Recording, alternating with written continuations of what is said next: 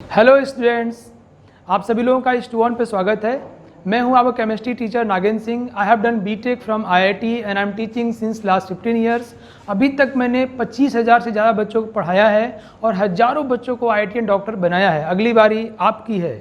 So you know chemistry as a subject it's full with facts and figure. तो कई बार लोग इसको रटते हैं और ये इनके लिए मुश्किल सब्जेक्ट बन जाता है, बट यहाँ पे आप कॉन्सेप्ट्स को समझेंगे, रियलाइज़ करेंगे और ये सब्जेक्ट आपके लिए बहुत ज़्यादा स्कोरिंग और रैंक प्रोड्यूसिंग होने वाला है। तो चलिए देखते हैं आज के लेक्चर में कैसे ये चीज़ें रियलाइज़ करते हैं हम। ओके, पिछली क्लास में हमने पढ़ा था ड्रॉबैक्स इन मैक्सवेल थ्योरी।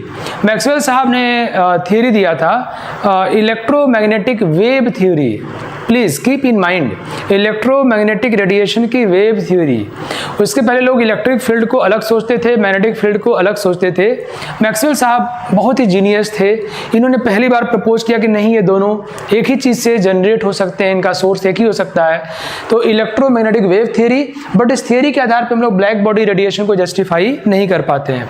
मैं आज फिर से आप लोगों को ब्लैक बॉडी रेडिएशन को 2-3 मिनट में समराइज कर देता हूं ताकि ये बहुत ज़्यादा इम्पैक्टफुल हो, आपको पूरी बात समझ में आ जाए। बच्चों, ये एक्सपेरिमेंट था एक, जिस एक्सपेरिमेंट में जो किरणें निकल रही थी हॉट बॉडी से, ब्लैक बॉडी से, उसके इंटेंसिटी और फ्रीक्वेंसी या वेवलेंथ में ग्राफ ड्रॉ किया गया था। ओके, जो रेडिएशंस निकलते थे ब्लैक बॉडी से निकलते हैं उनको हम लोग ब्लैक बॉडी रेडिएशन बोलते हैं। ब्लैक बॉडी किसको बोलते हैं ये मैंने आपको पिछली क्लास में बड़े अच्छे से पढ़ाया था। वो बॉडी ब्लैक हो या ना हो, जो जिस पे जितनी किरणें पड़े उसको एब्जॉर्ब कर ले और उन सभी को एमिट कर सके, सारी वेवलेंथ को एब्जॉर्ब करे और सारी वेवलेंथ को एमिट कर सके। मतलब good absorber as well as good emitter will be perfectly black body. But सारी बॉडी परफेक्टली ब्लैक बॉडी होती नहीं है, तो कोई 60% ब्लैक बॉडी है, 70% है, 30, 40, 80 व्हाटएवर, तो ब्लैक बॉडी हो गया। उन बॉडी से जो रेडिएशंस निकलते हैं उनको बोलते हैं ब्लैक बॉडी रेडिएशंस। उनका हमने ग्राफ ड्रॉ किया, जैसा मैंने आपको प्रीवियस लेक्चर में पढ़ाया बच्चों, इंटेंसिटी और वेवलेंथ के रिस्पेक्ट में। तो मैंने आपको प्रीवियस लेक्चर में बहुत डिटेल में समझाया था, आज इसको फिर से ब्रीफली एक्सप्लेन कर देता हूं आपके लिए बच्चों। तो अगर हम एक ग्राफ ड्रॉ करते हैं, ऐसा हम लोग एक ग्राफ ड्रॉ करते हैं, इधर बच्चों इंटेंसिटी और इधर हम लोग वेवलेंथ लें या फ्रीक्वेंसी लें। मैं पहले फ्रीक्वेंसी वाले लेके चलता हूं क्योंकि मैंने आपको ये पहले पढ़ाया हुआ है। ओके, तो अगर हम इधर फ्रीक्वेंसी ले लेते हैं बच्चों और इस ग्राफ को ड्रॉ करते हैं, तो एक्सपेरिमेंटली द ग्राफ जो मिला हमको बच्चों वो ऐसा मिला। ऐसा ये ग्राफ कैसे मिला हमको? एक्सपेरिमेंटली। अब इस चीज़ को समझाने के लिए उस समय जो उपलब्ध थ्योरी थी, मैक्सवेल इलेक्ट्रोमैग्नेटिक वेव थ्योरी जो थी, उसको यूज किया बहुत सारे साइंटिस्ट ने और अलग अलग लोगों ने काम करके कहा कि अब ये होना चाहिए। तो रेले जीन साहब ने इक्वेशन दिया, उस इक्वेशन को जब इस पर ड्रॉ किया गया बच्चों, तो वो ऐसा निकल के आया। आपको ये पता होना चाहिए कि जो चीज़ आपको पूरी दुनिया वाले कहते हैं कि बच्चा कमज़ोर है, ये बिटिया कमज़ोर है, कुछ नहीं करेगी, गधी है, गधा है, और तुम कर दिए टॉप, तुम मचा दिए धमाल, तो वो सारे लोग गलत हैं, पूरी दुनिया गलत है और आप सही हो, क्योंकि आपने प्रूफ किया है। तो एक्सपेरिमेंटली जो चीज़ होता है बच्चों, उसका कोई जवाब नहीं है। थियरी हम लोग सिर्फ इसलिए लेते हैं उसको हम लोग वेरीफाई कर सकें। तो बच्चों थियरी से ये निकल के आया, क्लासिकल मैकेनिक्स से ये निकल के आया, और एक्सपेरिमेंटल देखो बच्चों ये था। तो एक्सपेरिमेंट को हम लोग परफेक्ट मानते हैं, वो जस्टिफाई हुआ नहीं। उसमें क्या मानते थे क्लासिकल मैकेनिक्स में कि जो ये एनर्जी होती है ना, ये कंटिन्यूअस होती है। कंटिन्यूअस मतलब एनर्जी कोई वैल्यू मिल सकता है, राइट। एनर्जी को हम लोग इंटीग्रेट कर रहे थे बच्चों, मैंने आपको जोर देकर बताया था। इंटीग्रेशन हम तभी कर सकते हैं जब वो कंटिन्यूअस हो। बाद में फिर कई लोगों ने प्रयास किया, मैक्स प्लैंक साहब बहुत जीनियस थे, he had tried much to explain this experimental observation, उसको वो प्रूफ करने की बहुत कोशिश किए। उनको एक बात दिमाग में स्ट्राइक की कि अगर हम एनर्जी को कंटिन्यूअस न मान के पैकेट में माने, पार्टिकल में माने, डिस्क्रीट माने, तो काम चल जाएगा। क्यों माने वो उनको पता नहीं था। तो उन्होंने पहली बार इस तरह कोई आइडिया दिया, उसको बोलते हैं हम लोग मैक्स प्लैंक क्वांटम थ्योरी। उन्होंने कहा कि एनर्जी कंटिन्यूअस नहीं होती है, पैकेट में होती है, इसको क्वांटम थ्योरी बोलते हैं। और इसलिए मैक्स प्लैंक साहब को ओरिजिनेटर और founder of the quantum mechanics बोला जाता है। हालांकि बच्चों मैक्स प्लैंक साहब खुद ही श्योर नहीं थे कि जो मैं कह रहा हूं वो सही है, राइट। तो उस थ्योरी के बिहाफ पर, जिसको हम बोलते हैं क्वांटम मैकेनिक्स के बिहाफ पे, मैक्स प्लैंक साहब ने जब ग्राफ ड्रॉ किया बच्चों, वो ग्राफ एग्जैक्टली ऐसा आया। तो कहते हैं क्लासिकल मैकेनिक्स से वो प्रूफ नहीं हो पाया था, ये मैक्स प्लैंक साहब के प्लैंक थियरी। तो प्लैंक साहब ने थियरी दिया, उससे वो एक्सपेरिमेंटल ग्राफ पूरी तरह सही साबित हुआ। तो कहते हैं ब्लैक बॉडी रेडिएशन का जो ग्राफ था, कोई पूछे क्या है तो बहुत घबराने की जरूरत नहीं है।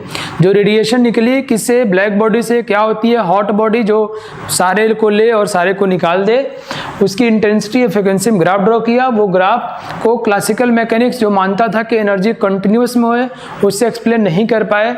मैक्स प्लैंक साहब ने क्वांटम थ्योरी दिया, वो भी उनको समझ में नहीं आ रहा था, वो तो बस प्रूफ करने के लिए दे ही दिए। जैसे गांव वाले मान लेते हैं कि भाई अभी कर दिया तो तेज मान ही लो इसको, अब उसकी मजबूरी है, तो वो एक्सप्लेन कर दिया, राइट बच्चों। तो कहते हैं कि छोटे फ्रीक्वेंसी के कम वैल्यू में, फ्रीक्वेंसी के कम वैल्यू में क्लासिकल मैकेनिक्स एक्सपेरिमेंट को प्रूफ करता है, बट हायर वैल्यू में प्रूफ नहीं करता। ठीक है, ये बात आपको समझ में आ गई होगी, मुझे पूरा भरोसा है।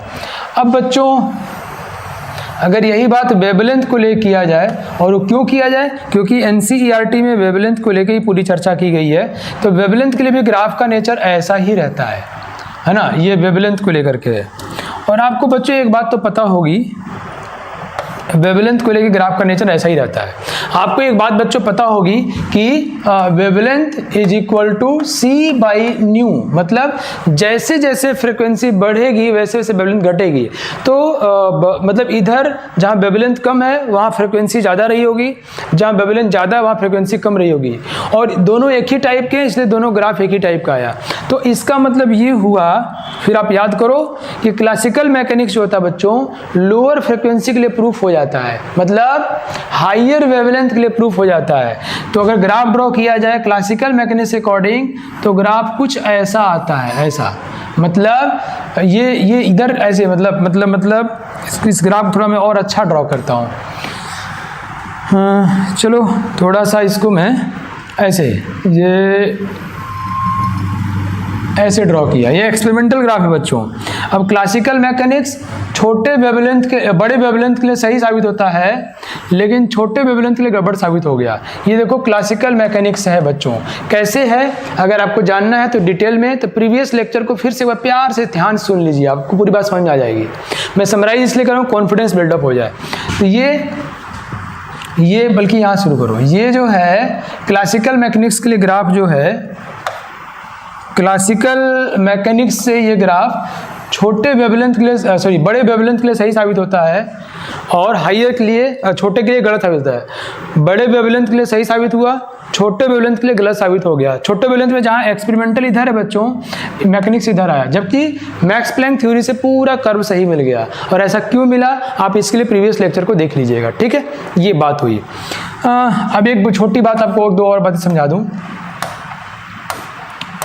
कोई पूछे ब्लैक बॉडी रेडिएशन में क्या होता है, तो बोलोगे इसमें इंटेंसिटी के साथ में वेवलेंथ कर्व या फ्रीक्वेंसी कर्व ड्रॉ करते हैं।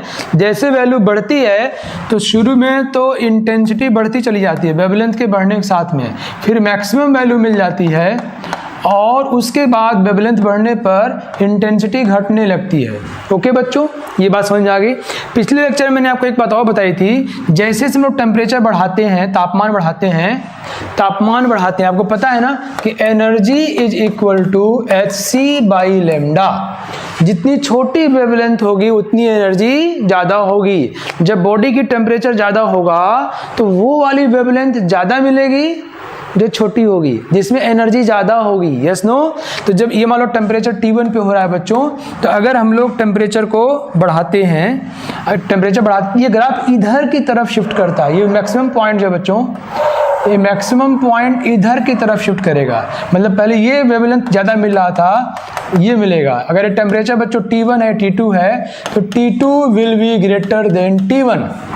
टेम्परेचर बढ़ाने पर ये ग्राफ इधर की तरफ शिफ्ट करेगा, ये इस बात का प्रमाण है कि जितनी गर्म बॉडी होगी उससे छोटी वेवलेंथ मिलती है। और इसलिए मैंने आपसे कहा था कि जो स्टार्स हमको ब्लू दिखाई पड़ते हैं, जो स्टार्स रेड दिखाई पड़ते हैं, तो रेड वाले स्टार का मतलब उसमें रेड वाली वेवलेंथ ज़्यादा निकाल रहा है, तो रेड वाले जो दिखने वाले स्टार की एनर्जी कम होगी, उसका टेम्परेचर कम होगा। और जो स्टार ब्लू दिखाई पड़ रहा है, आपको पता है ना, विबग्योर, तो जो ब्लू दिखाई पड़ेगा उसकी वेवलेंथ कम होगी, इधर एनर्जी बढ़ती है बच्चों, और उसकी एनर्जी ज़्यादा होगी। जो रेड दिखाई पड़ेगा उसका वेवलेंथ ज़्यादा होगा। तो by just colour of the stars we can identify, we can estimate about their temperature range, किसका ज़्यादा होगा या किसका कम होगा। मुझे उम्मीद है कि आपको ये ब्लैक बॉडी रेडिएशन पूरी तरह समझ में आ गया। ठीक है, अब ये मैं इतना डिटेल में इसलिए बातें किया कि आज मैं जो कंटेंट आपको डिस्कस करने वाला हूँ वो इसमें थोड़ा उसका योगदान है।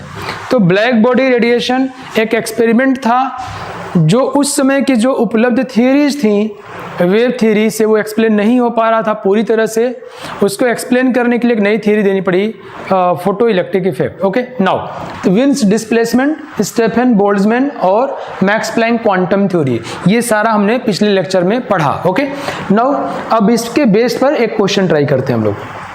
आपको बताना है ये चेक योर मेमोरी, देखना आपको कितना याद है बच्चों। A near ultra violet photon of 300 nanometre, एक फोटोन है उसकी वेवलेंथ है बच्चों 300 nanometre, is absorbed by a gas and then re emitted 2 photons, one is red and wavelength 760, red की wavelength 760 and another one is what would be the wavelength of the second photon, second photon का wavelength क्या होगा आपको बताना है। चलो हम लोग देखते हैं कैसे करेंगे इसको, लेट्स सी इट। तो क्या है energy conservation of energy, energy जो पहले थी वही एनर्जी दोनों में डिवाइड हो गई होगी। सवाल में क्या कह रहा है भाई, सवाल में ये कह रहा है कि वेवलेंथ है 300 नैनोमीटर की, वो 2 वेवलेंथ में डिवाइड हो गया है। इसको लैंग्वेज की भाषा में इन्होंने कह दिया, and one is of 760 nanometre, तो what will be the next wavelength, second wavelength, that you have to answer. Yes, फटाफट उत्तर करो, कंपीट करो और फाइट मारो, टाइम बहुत कम है बच्चों। तो हम लोग एनर्जी कंजर्व कर देंगे, और हमने इसको कल पिछली क्लास में देखा था कि 1 by lambda should be equal to 1 by lambda 1 plus 1 by lambda 2। ऐसा क्यों हुआ? By conservation of energy, and that we have seen, हमने ऑलरेडी देखा हुआ है। नाउ सी हियर बच्चों, 1 by lambda, lambda for 300 nanometre, since units of all are the same, so nanometre will be cancel out, so here 1 by 760 plus 1 by lambda 2. So from here we can calculate 1 by lambda 2 is equal to 1 by 300 minus 1 by 760। और इसको अगर अपने calculate करते हैं बच्चों, अगर इसको calculate करते हैं हम लोग तो ये आ जाएगा lambda is equal to, lambda 2 is equal to 760 minus 300, it is 460 by 300, sorry उल्टा कर दिया मैंने, इसको ऊपर नीचे कर देता हूँ। हम क्या करेंगे बच्चों, 300 इंटू 760 बाई 460 नैनोमीटर, है ना। तो इसको ऐसे भी याद कर सकते हैं कि lambda 1 into lambda 2 by lambda 1 minus lambda 2, ऐसे कर लेंगे, है ना। जो लेमडा या लेमडा 1 लेमडा 2 नहीं, क्या करो इसको आप लेमडा रहने दो, लेमडा 2, और इसको लेमडा रहने दो। क्लियर, समझ गए आप ना। लेमडा, ये तो लेमडा है ना बच्चों, तो lambda into lambda 2 by lambda minus lambda 2, ये हमारा वेवलेंथ आ जाएगा। मुझे उम्मीद है आप लोगों ने सही किया होगा, और 495 is approximately the right answer. Very good. और सभी लोगों को फटाफट उत्तर करना है, सिर्फ कंजर्वेशन ऑफ एनर्जी यूज करना है, सवाल आएगा तो एग्जाम में हम लोग कर लेंगे, right. Okay, now the next question is बच्चों, अब सबको करना है, रेडी हो जाओ सभी लोग। An argon laser emits blue light with a wavelength of 488 nanometer. Now how many photons are emitted by this? How many photons? The question is how many photons are emitted by this laser in 2 seconds? 2 second में कितने photons वो emit कर रहा होगा? ये पूरी तरह से मैक्स प्लैंक क्वांटम थ्योरी पे आधारित सवाल है बच्चों। Operating at a power 515 milliwatt. है ना, एक आर्गन है जिससे ये वेवलेंथ की लाइट निकल रही है। 2 सेकंड में कितने फोटोन, फोटोन मतलब कितने पार्टिकल, जब पार्टिकल की बात कर रहे हैं मतलब मैक्स प्लैंक थ्योरी की बात कर रहे हैं, कितने पार्टिकल निकालेगा अगर वो इस पावर पे काम कर रहा है तो। सी कैसे करेंगे हम लोग, देखो हमको पावर दिया हुआ है। पावर क्या होता है, you know what is power? Power is energy per unit time. यहाँ टाइम क्या बच्चों, सेकंड में, energy per unit second is called time, sorry power. तो नाउ सी बच्चों, हमें कह रहा है कि power is 515 milli watt. Milli means 10 की power -3। Now watt is joule per second, joule per second, and that is energy per unit time. ये power मतलब इसका मतलब क्या हुआ, जरा हम लोग चीज़ों को आराम से पढ़ें और समझें।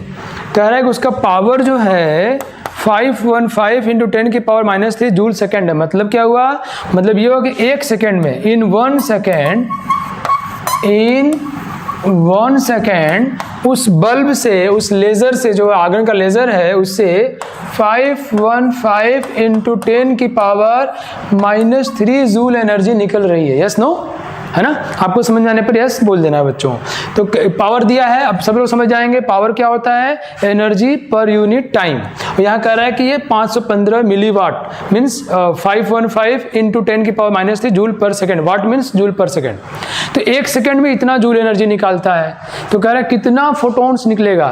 तो ये एनर्जी किसके फॉर्म में निकल रहा है, ये एनर्जी निकल रहा है फोटोन्स के फॉर्म में। किसके फॉर्म में, तो अगर हम ये पता कर लें कि एक फोटोन में कितनी एनर्जी होती है, ये एनर्जी तो 1 सेकेंड में है, but we have to find the number of photons in 2 second. तो मल्टीप्लाई बाई 2, 2 से गुणा कर दो,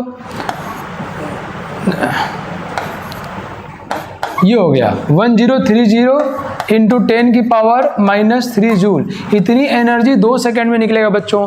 अब 2 सेकंड में कितने फोटोन, तो एक फोटोन की एनर्जी निकालो, energy is equal to hc by lambda. Photon की वेवलेंथ हमको दिया हुआ है, उसको यहाँ रखेंगे तो एक फोटोन की एनर्जी आ जाएगी। h पता है, c पता है, वेवलेंथ को मीटर में रखोगे तो एनर्जी आएगी जूल में। और अब कितने फोटोन, मान लो एक फोटोन 2 जूल का है, इतना होता नहीं है, मैं ऐसे बोल रहा हूँ। मान लो एक फोटोन 2 इलेक्ट्रॉन वोल्ट का है, राइट। मान लो एक फोटोन 2 इलेक्ट्रॉन वोल्ट का है, वहाँ पे 100 इलेक्ट्रॉन वोल्ट एनर्जी निकल रही है। कितने फोटोन है, 50। कैसे निकाला, 2 से भाग दिया। तो वैसे बच्चों एक फोटोन की एनर्जी निकाल लिया और इस एनर्जी से भाग दे देंगे तो वो हमारा नंबर ऑफ फोटोन्स आ जाएगा। समझ गए आप लोग, एग्जाम में आएगा तो कर लोगे। चलो बढ़िया, हाँ कैलकुलेशन थोड़ा करना पड़ेगा। Very good, okay. नाउ अब लोग आज का कंटेंट पढ़ते हैं बच्चों, बहुत ही शानदार कंटेंट है ये, इसका नाम है फोटो इलेक्ट्रिक इफेक्ट। ओके, ये एक्सपेरिमेंट क्या था, थोड़ी सी फिर से कहानी स्टार्ट करते हैं हम लोग। 1865 के आसपास में मैक्सवेल साहब ने इलेक्ट्रोमैग्नेटिक वेव थ्योरी दिया। मैं वेव पे थोड़ा फोकस कर रहा हूँ। 1887 में 1865 में, और हेनरिक रुडोल्फ हर्ड साहब ने उस थियरी को वेरीफाई किया कि हाँ आप सही कर रहे हो। उन्होंने एक्सपेरिमेंटली उसको वेरीफाई किया। तो हेनरिक रुडोल्फ हर्ड साहब किस बात से ज़्यादा सहमत हैं कि ये वेव होते हैं इलेक्ट्रोमैग्नेटिक रेडिएशंस, राइट। अब वो ये जर्मन के फिजिक्स थे, विद्वान थे, फिजिसिस्ट थे। इन्होंने बहुत सारे एक्सपेरिमेंट किया बच्चों। तो इन्होंने अभी एक एक्सपेरिमेंट किया, जिस एक्सपेरिमेंट में इन्होंने मेटल्स के ऊपर लाइट को डाला, मेटल्स के ऊपर मेटल के सरफेस के ऊपर लाइट को डाला और उससे इलेक्ट्रॉन निकल रहे थे। उस इफेक्ट को बोलते हैं हम लोग फोटो इलेक्ट्रिक इफेक्ट। ये 1887 की बात है, 1887 की बात है। यही वो हैं, कौन है ये, हेनरिक रुडोल्फ हर्ड साहब, जो कि मैक्सवेल साहब की थ्योरी को वेरीफाई किए थे कि हाँ आप सही कह रहे हो। कौन सी थ्योरी, वेव थ्योरी को।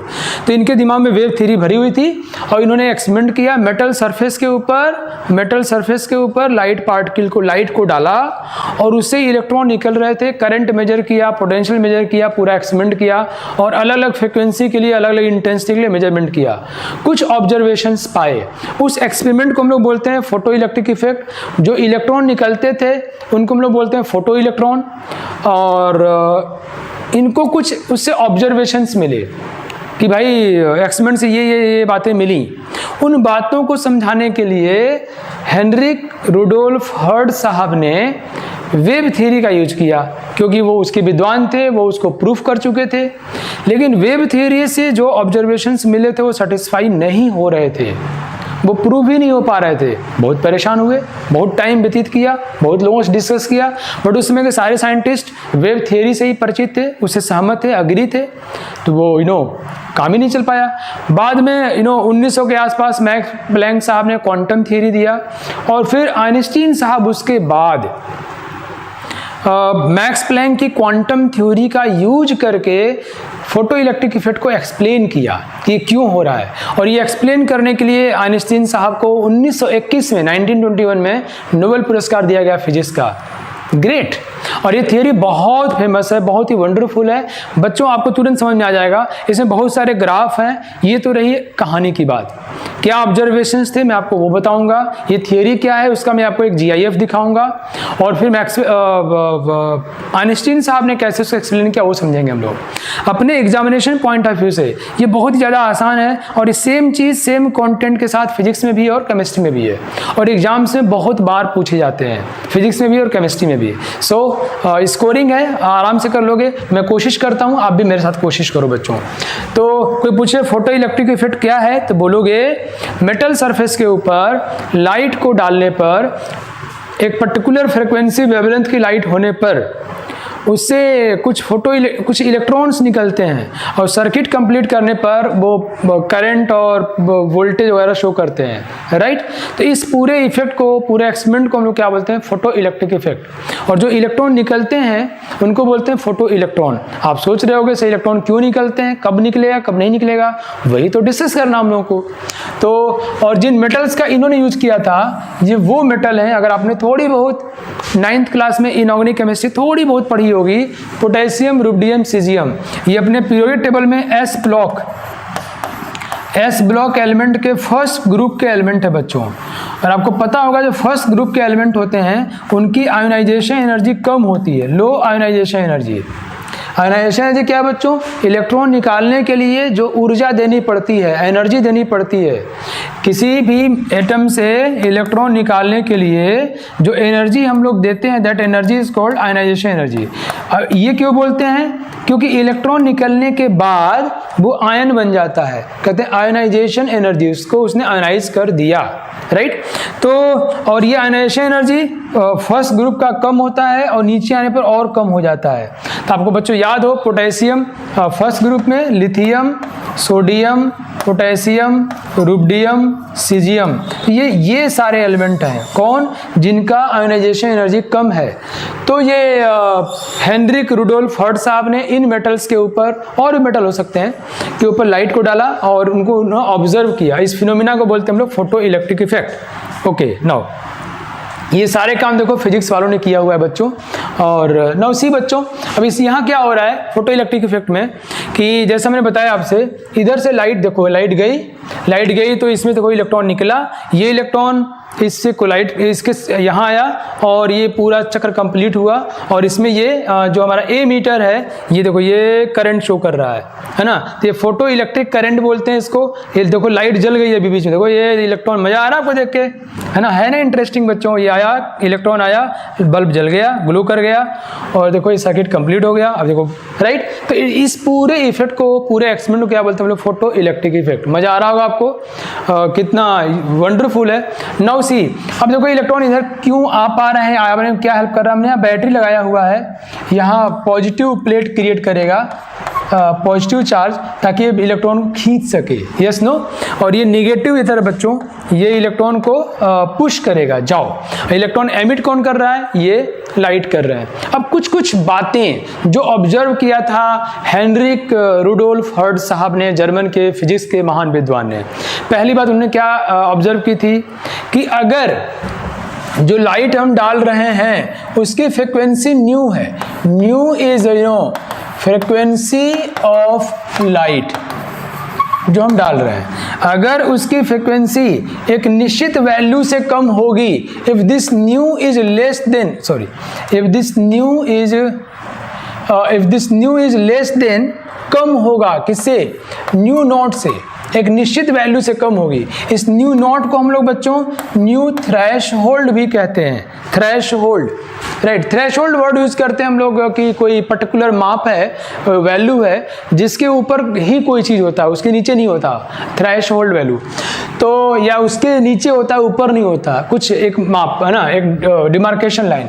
तो बच्चों जो लाइट हम डाल रहे हैं उसकी फ्रिक्वेंसी अगर इससे कम है, आपको पता है ना बच्चों कि energy is equal to h nu, frequency कम है मतलब एनर्जी भी कम हो जाएगी, बोले यस नो। तो अगर उसकी फ्रिक्वेंसी इससे कम है तो चाहे कितनी भी लाइट डाल दो, फिर से मैं आपको याद दिलाता हूं कितनी भी लाइट का मतलब क्या हुआ बच्चों, आपको याद है इंटेंसिटी क्या होता है? इंटेंसिटी होता है energy per unit area per unit time. और एनर्जी क्या होता है बच्चों? अगर एक पर्टिकुलर लाइट अपने यूज कर रहे हैं, पर्टिकुलर लाइट मतलब पर्टिकुलर इलेक्ट्रोमैग्नेटिक रेडिएशन। अब ये पर्टिकुलर क्या है यार? तो मैक्सवेल साहब ने कहा कि इलेक्ट्रोमैग्नेटिक रेडिएशन की पहचान उसके वेवलेंथ से होती है, उसकी फ्रीक्वेंसी से होती है, उसके वेव नंबर से होती है। तो जिसका wavelength, frequency, wave number fix हो, तो अगर ये फिक्स कर दिया बच्चों तो एनर्जी क्या होगा? N h nu by area into time.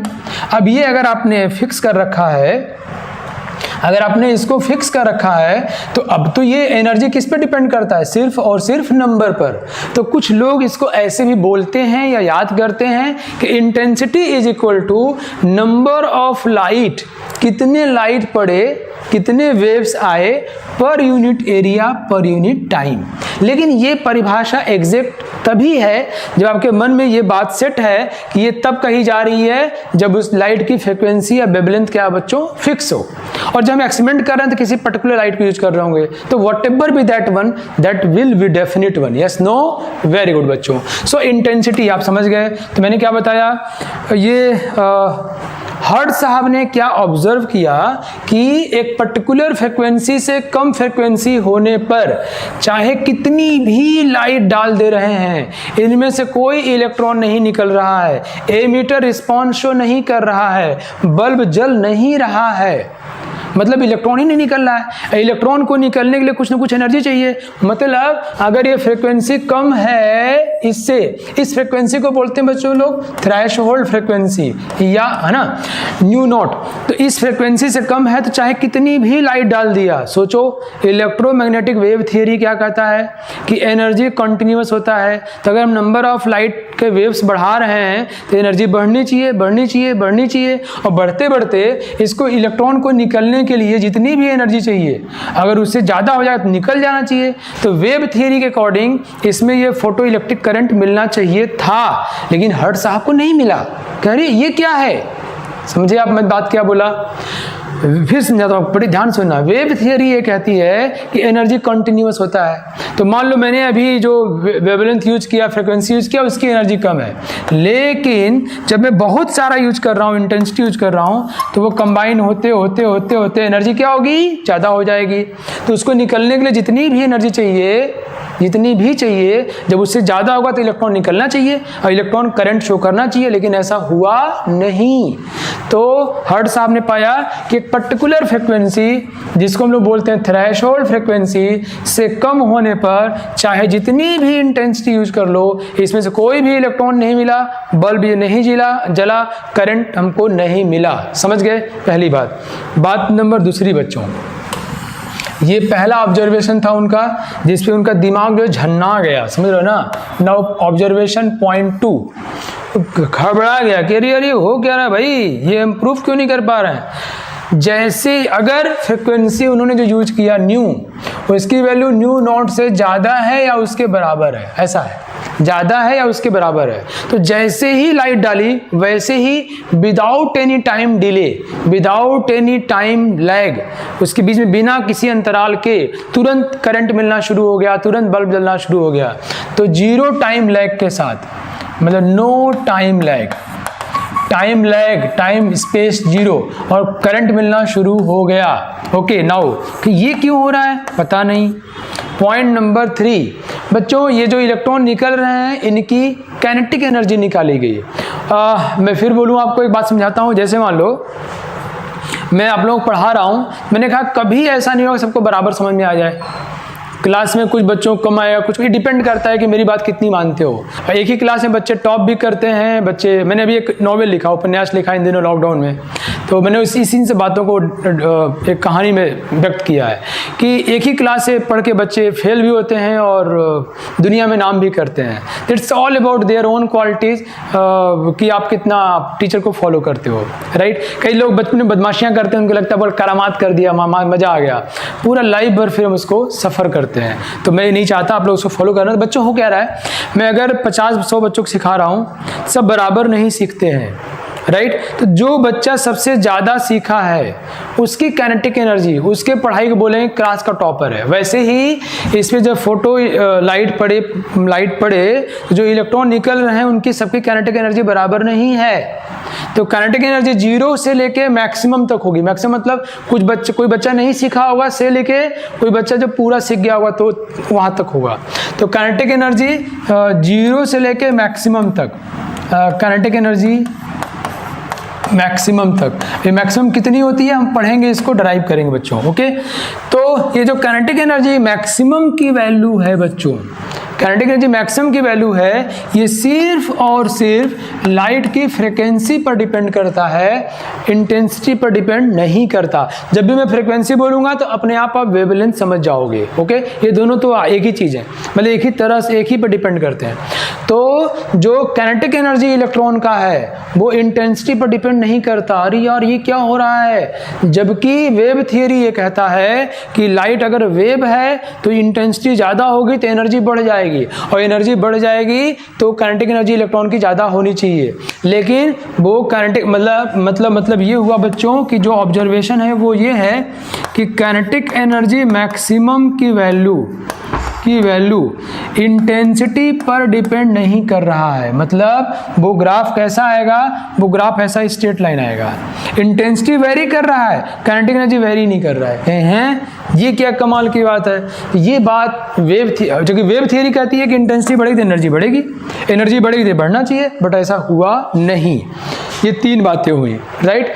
और देखो आप ये पहला ऑब्जर्वेशन था कि मेटल सरफेस पे जैसे ही डाला वैसे ही इलेक्ट्रॉन निकलना शुरू हो गया, नो टाइम लैग के साथ में। ऑब्जर्वेशन दूसरा बच्चों कि नंबर ऑफ, हाँ ये छूट रहा था हमारा, नंबर ऑफ इलेक्ट्रॉन इजेक्टेड, कितने इलेक्ट्रॉन निकल रहे हैं। जितने इलेक्ट्रॉन निकलेंगे, फिर पीछे आए थे हम लोग, जितने इलेक्ट्रॉन निकलेंगे उतना करंट मिलेगा। बोले यस नो। इलेक्ट्रॉन मतलब चार्ज मतलब करंट। चार्ज पर unit time is called current. Yes, charge पर unit time is called current. तो बच्चों अगला पॉइंट हमारा क्या है कि कितना करंट मिलेगा, कितने इलेक्ट्रॉन निकलेंगे, वो फ्रीक्वेंसी पर डिपेंड नहीं करता, वो इंटेंसिटी पर डिपेंड करता है। जितना इंटेंसिटी ज़्यादा होगा उतना करंट ज़्यादा मिलेगा। मतलब मैं ऐसा कह सकता हूँ कि अगर मैं इधर करंट ड्रॉ करूँ बच्चों और इधर फ्रीक्वेंसी ड्रॉ करूँ, तो फ्रीक्वेंसी पर करंट डिपेंड नहीं करता है। देखो ये कांस्टेंट वैल्यू रह जाएगी, फ्रीक्वेंसी पर करंट डिपेंड नहीं करता है। जबकि अगर यहीं पर बच्चों में इंटेंसिटी लिख देता तो डायरेक्टली प्रोपोर्शनल हो जाएगा। मैं दिखाता हूँ, अगर मैं करंट और यहाँ पर इंटेंसिटी लिख देता, इंटेंसिटी, तो ये ग्राफ जो है बच्चों डायरेक्टली प्रोपोर्शनल हो जाएगा। इंटेंसिटी बढ़ेगी तो करंट बढ़ेगा। देख रहे हो आप। तो कह रहे ये क्या है यार, मतलब आप समझो बात को, फिर से बोलते हैं हम लोग चारों बातें। पहली बात, जैसे ही इसके ऊपर लाइट पड़ा वैसे ही इलेक्ट्रॉन निकल गया, ये बात समझ नहीं आई। दूसरी बात, जब न्यू की वैल्यू, जो फोटोन लाइट का फ्रिक्वेंसी उसकी वैल्यू एक पर्टिकुलर फ्रिक्वेंसी से कम है तो चाहे कितनी भी लाइट डाल दिया हमने, इसमें से कोई करंट नहीं मिला, बल्ब नहीं जला। पता नहीं क्यों, ये वेव थ्योरी समझ में नहीं आया। तीसरी बात बच्चों कि जो काइनेटिक एनर्जी मैक्सिमम जो इलेक्ट्रॉन निकल रहे हैं उसमें वो इलेक्ट्रॉन जिससे काइनेटिक एनर्जी सबसे ज़्यादा है, उसकी काइनेटिक एनर्जी इंटेंसिटी पर बिल्कुल भी डिपेंड नहीं करती है। कि क्यों? वेव थ्योरी कहता है कि डिपेंड तो करना चाहिए क्योंकि इंटेंसिटी बढ़ेगी तो एनर्जी बढ़ेगी, बट ऐसा डिपेंड नहीं किया। चौथी बात है बच्चों कि जो नंबर ऑफ इलेक्ट्रॉन है, फोटो इलेक्ट्रॉन, इलेक्ट्रॉन ही फोटो इलेक्ट्रॉन है, लाइट से निकल रहा है उसी का नाम फोटो इलेक्ट्रॉन कर दिया। यहाँ इलेक्ट्रॉन था और निकलते ही फोटो इलेक्ट्रॉन हो गया। तो number of photo electron frequency पर डिपेंड नहीं कर रहा, काइनेटिक एनर्जी फ्रीक्वेंसी पर डिपेंड कर रहा है। ठीक है, तो मुझे उम्मीद है चारों बातें आपको समझ में आ गई होंगी। यस, अब ये क्यों हो रहा है, ये मैंने आपको दो बातें समझाई कि वेव थ्योरी से प्रूफ नहीं हो रहा है, दूसरी ऑब्जर्वेशन क्या थे। इन सारी बातों को समझाने के लिए आइंस्टीन साहब ने बच्चों एक्सप्लेनेशन दिया।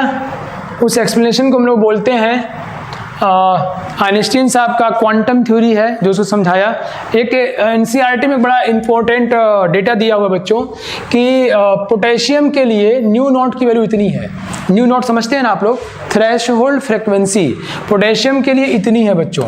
तो कहते हैं कि अगर हमने रेड लाइट यूज किया पोटेशियम के ऊपर जिसकी फ्रीक्वेंसी 4.3 से 4.6 हर्ट्ज के रूप में है, तो अगर हमने रेड लाइट यूज किया जिसकी फ्रीक्वेंसी जो है इससे कम है, तो चाहे कितनी भी इंटेंसिटी हमने यूज कर ली कोई करंट नहीं मिला। ये इंफॉर्मेशन मैंने सीधे सीधे एनसीईआरटी से उठाया है, राइट। कह रहे हैं क्योंकि उसकी थ्रेशोल्ड फ्रीक्वेंसी ज़्यादा है। और अगर हमने येलो लाइट यूज किया जिसकी फ्रीक्वेंसी उसकी थ्रेशोल्ड से ज़्यादा है तो हमें करंट मिल गया। ये जो ऑब्जर्वेशन था वो यहाँ पे पुट किया। मैंने आपको पहले बताया है कि एनसीईआरटी ऐसा लिखा हुआ है जैसे एक्सपेरिमेंट किया जाता है। हाँ, थोड़ा कंसाइज वे में है, थोड़ा ब्रीफ है, तो आपको बहुत आराम से हर चीज़ को डिटेल में पढ़ना पड़ेगा तो समझ में आएगा। ओके बच्चों, नाउ अब आइंस्टीन साहब की इस एक्सप्लेनेशन को पढ़ने के पहले मैं आपको कुछ बातों से परिचय करा दूँ। ठीक है, कुछ बातें मैं आपको समझा दूँ, फिर हम उस पर आते हैं। पहली बात, कुछ बातें हम लोग सीख लेते हैं बच्चों। First point is what is threshold, what is threshold frequency. Threshold frequency क्या है, इसको हम लोग बच्चों न्यू थ्रेशोल्ड या न्यू नॉट बोलते हैं। तो बोलोगे minimum frequency, minimum value of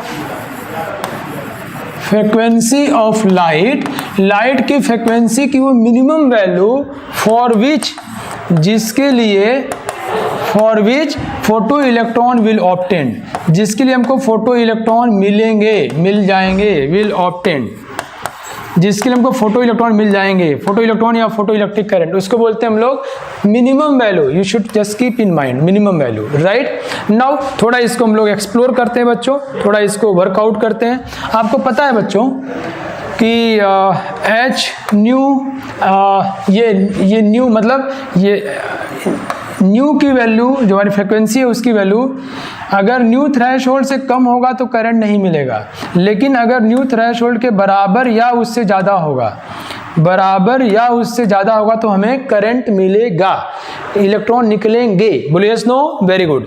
so h से गुणा कर दो, h nu will be greater than और equal to h nu threshold. मतलब ये समझ जाएं कि जो एक फोटोन की एनर्जी है मैक्स प्लैंक साहब के अकॉर्डिंग, उसकी एनर्जी अगर जितनी, ये कौन सी वैल्यू बच्चों, ये है, इसको बोलते हैं आयोनाइजेशन एनर्जी। इलेक्ट्रॉन को उस मेटल से निकलने के लिए ये एनर्जी चाहिए होगी, वही थ्रेशोल्ड से डेराइव होके आया है बच्चों। आप पूछो कि ये इसीलिए हर्ट साहब ने उन मेटल्स को यूज किया था जिनकी आयोनाइजेशन एनर्जी कम होती है, पोटेशियम, रुबिडियम, सीजियम। ओके, इसी को हम लोग बच्चों बोलते हैं वर्क फंक्शन। क्या बोलते हैं इसको हम लोग, वर्क फंक्शन। इसको हम लोग फाई से डिनोट करते हैं। कोई आपको एग्जामिनेशन में न्यू थ्रेशोल्ड दिया हो तो आयनाइजेशन एनर्जी निकल जाएगा। गौर समझो, कम से कम इतनी है ना भाई, इलेक्ट्रॉन को निकलने के लिए मान लो 20 इलेक्ट्रॉन वोल्ट एनर्जी चाहिए। अब 20 इलेक्ट्रॉन वोल्ट से कम दोगे तो इलेक्ट्रॉन निकलेगा ही नहीं, और जितनी निकलने के लिए चाहिए उसी को हम क्या बोलते हैं, आयनाइजेशन एनर्जी। उसी को क्या बोलते हैं, वर्क फंक्शन। और उसी को यहाँ क्या बोल दिया हमने, ये इसको बोलते हैं थ्रेशोल्ड एनर्जी। क्या बोलते हैं, थ्रेशोल्ड एनर्जी। तो आयनाइजेशन एनर्जी, वर्क फंक्शन, या इसको हम बोलेंगे थ्रेशोल्ड एनर्जी। क्लियर, समझ गए बच्चों, वेरी गुड। उससे कम एनर्जी देने पर इलेक्ट्रॉन नहीं निकलेगा। चलिए भाई, नेक्स्ट बात मैं एक बात बताते जा रहा हूँ आपको, अपनी कॉपी निकाल के आप इसको नोट करते चले जाइए। नेक्स्ट बच्चों, थ्रेशोल्ड वेवलेंथ क्या चीज होता है। What is threshold wavelength, lambda T H. वैसे इसका यूज कम है बट सवालों में ये पूछा जा चुका है, पूछा जाता है। तो हम जानते हैं कि energy is equal to hc/λ। तो अगर फ्रिक्वेंसी मतलब वेवलेंथ बढ़ेगा तो एनर्जी घटेगी और फ्रिक्वेंसी घटेगी तो एनर्जी घटेगी। वेवलेंथ ज़्यादा तो एनर्जी कम। तो कहते हैं कि हमने अभी भी क्या पढ़ा कि new should be greater than और इक्वल टू न्यू थ्रेशोल्ड। तो वैसे ही वेवलेंथ शुड बी, वेवलेंथ जो होगा फ्रिक्वेंसी कम ज़्यादा होनी चाहिए, वेवलेंथ क्या होना चाहिए, कम होना चाहिए। उल्टा उल्टा होता है ना। वेवलेंथ कम होगा तो एनर्जी ज़्यादा होगी, एनर्जी ज़्यादा होगी तभी वो निकलेगा। तो wavelength should be less than और equal to lambda threshold.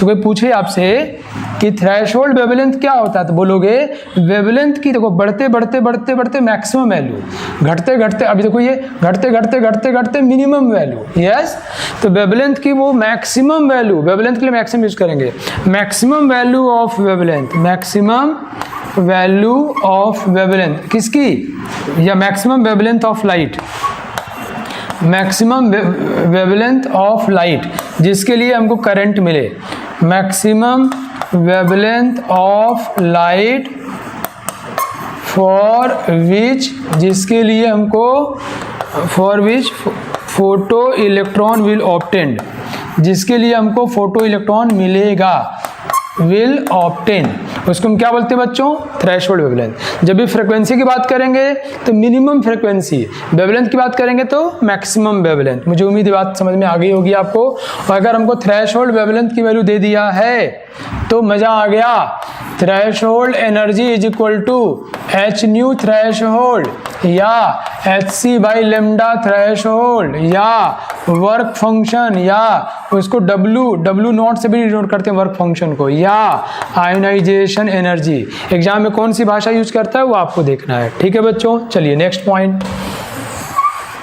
Next point भाई, अब देखो यार अब मैं आपको बताने वाला हूँ what is kinetic energy. Intensity आप जान ही चुके हो। कोई पूछे इंटेंसिटी क्या है तो बोलोगे यहाँ पर नंबर ऑफ फोटोन्स पर unit area per unit time. लेकिन जब बोलते समय ध्यान रखना उसकी वेवलेंथ या फ्रीक्वेंसी क्या होगी बच्चों, एक सेम रहेगी, वो वेरी नहीं करेगा। क्लियर, समझ गए आप लोग, बहुत अच्छे। नाउ अब मैं बताता हूँ आपको कि what is kinetic energy maximum क्या होता है, इसको कैसे हम निकाले जाए। सी एग्जाम्पल दिखाते हैं आपको। अब इंडियन टीम में आप जानते हो लोग, पर मान लो अभी पहले जो टीम थी आज के 10 साल पहले, तो टीम पूरी तरह से सचिन साहब पे डिपेंड करती थी। सचिन तेंदुलकर खेले तो इंडिया जीती, और वो नहीं खेल पाया तो इंडिया के लिए मुश्किल सिचुएशन आ गई। ऐसा नहीं कहूँगा हार जाई, कई बार जीते भी हैं लोग, लेकिन मुश्किल सिचुएशन क्रिएट हो जाई थी, इसमें किसी को कोई शक नहीं है। तो अब विपक्षी जो थे वो तैयारी किसके लिए करते थे, सचिन के लिए। मतलब पूरी विपक्षी टीम, अपोजिट टीम जो है, चाहे ऑस्ट्रेलिया हो चाहे पाकिस्तान हो, कोई भी हो, तो वो लोग ट्राई करते हैं कि सचिन को आउट करो। सचिन कैसे आउट होंगे, उनके आसपास माहौल क्रिएट करो, उनको गालियाँ वालियाँ दो, इरिटेट करो, परेशान करो, है ना, तो ताकि वो आउट हो जाए।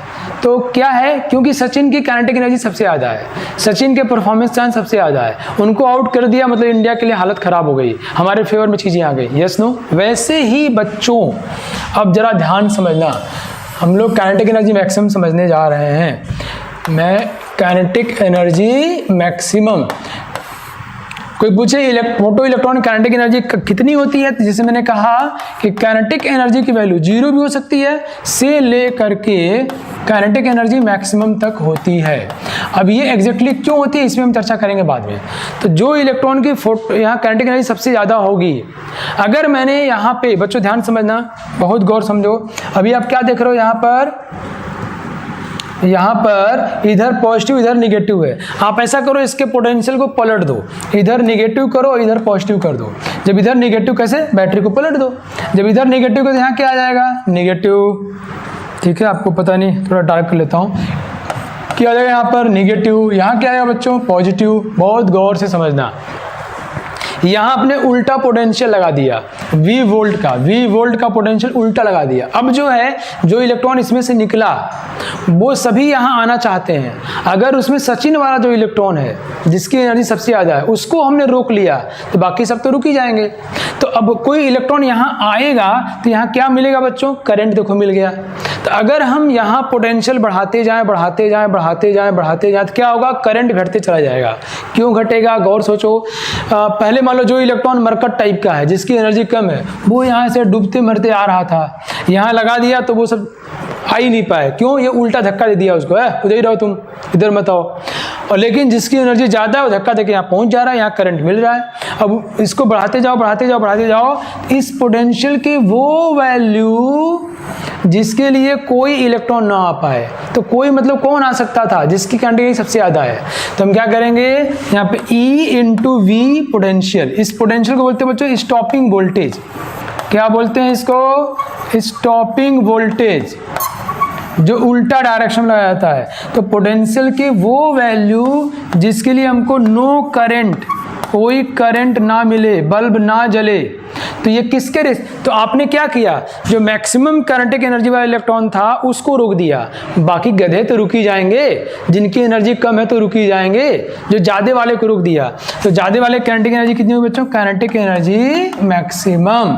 अगर उस इलेक्ट्रॉन की वेलोसिटी v होगी तो एनर्जी कितनी होगी, half mass of electron into v square. बोलो यस नो। ये काइनेटिक एनर्जी मैक्सिमम की वैल्यू है, ये इतना हो जाएगा। और वो देखो ये स्टॉपिंग पोटेंशियल है। कोई पूछे स्टॉपिंग वोल्टेज या स्टॉपिंग पोटेंशियल, स्टॉपिंग वोल्टेज या क्या बोलते हैं स्टॉपिंग पोटेंशियल।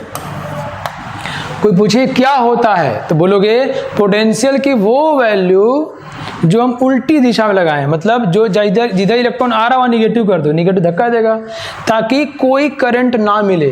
तो कहेंगे इंडिया रन ना बना पाए, इंडिया मैच ना जीत पाए, सचिन को आउट कर दो यार। तो काइनेटिक एनर्जी मैक्सिमम वाले को हमने रोक दिया, तो मैक्सिमम वाले की जितनी एनर्जी थी उतनी एनर्जी उल्टा दे दिया हमने।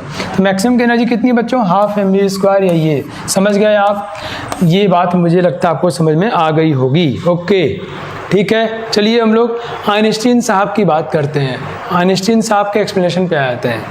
नाउ आइंस्टीन साहब बच्चों क्या कहते हैं, ये कहते हैं कि जो लाइट है वो वेव नहीं है, वो पार्टिकल है।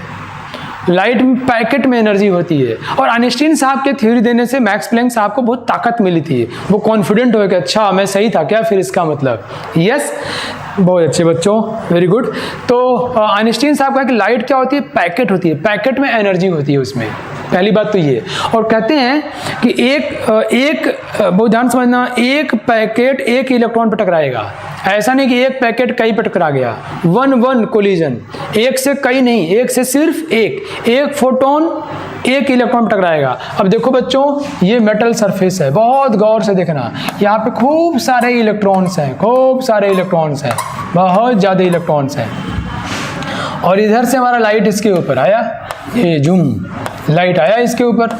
जब लाइट इस पे आया बच्चों तो वो एक लाइट का पार्टिकल, ये कह रहे हैं लाइट वेव नहीं है, लाइट क्या है बच्चों, पार्टिकल है। ओके, और एक पार्टिकल की एनर्जी कितनी होगी, एक पैकेट में एनर्जी होगी hc/λ। मैक्स प्लैंक साहब को याद करो आप, कहते हैं एक इलेक्ट्रॉन से एक टकराएगा।